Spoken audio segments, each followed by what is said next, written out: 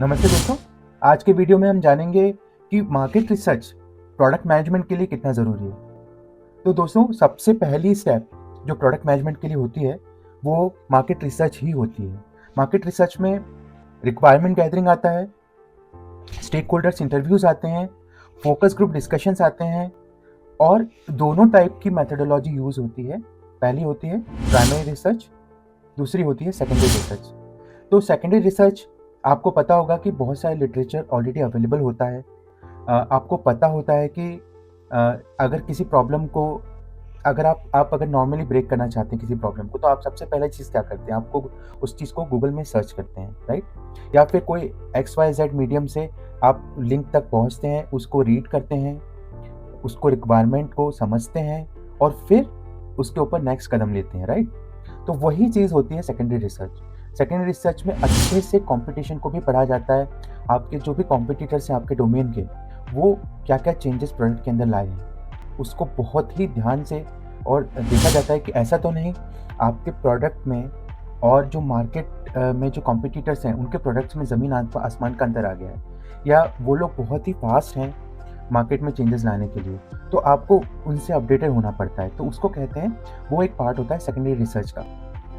आप उनके अच्छे से लिटरेचर को है वो अच्छे से समझते हैं और जानने की कोशिश करते हैं प्रोडक्ट में गैप कहाँ आ रहा है। तो दोस्तों, ये होता है सेकेंडरी रिसर्च के थ्रू। प्राइमरी रिसर्च में आप एक फोकस ग्रुप डिस्कशंस के थ्रू एक सेम मेंटेलिटी के कस्टमर्स को उस टॉपिक पे बैठा के आप डिस्कस कर सकते हैं कि क्या इंफॉर्मेशन है जिससे कि प्रोडक्ट में चेंजेस लेके आ पाएंगे। दूसरा, आप यूज़र इंटरव्यूज कर सकते हैं।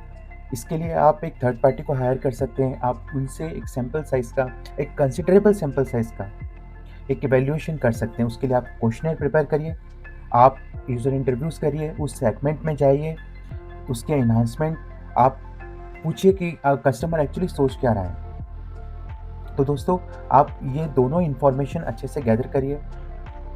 जो प्राइमरी रिसर्च है उसको और सेकेंडरी रिसर्च को, दोनों को मिक्स करके आप मार्केट की रिक्वायरमेंट अच्छे से समझ सकते हैं।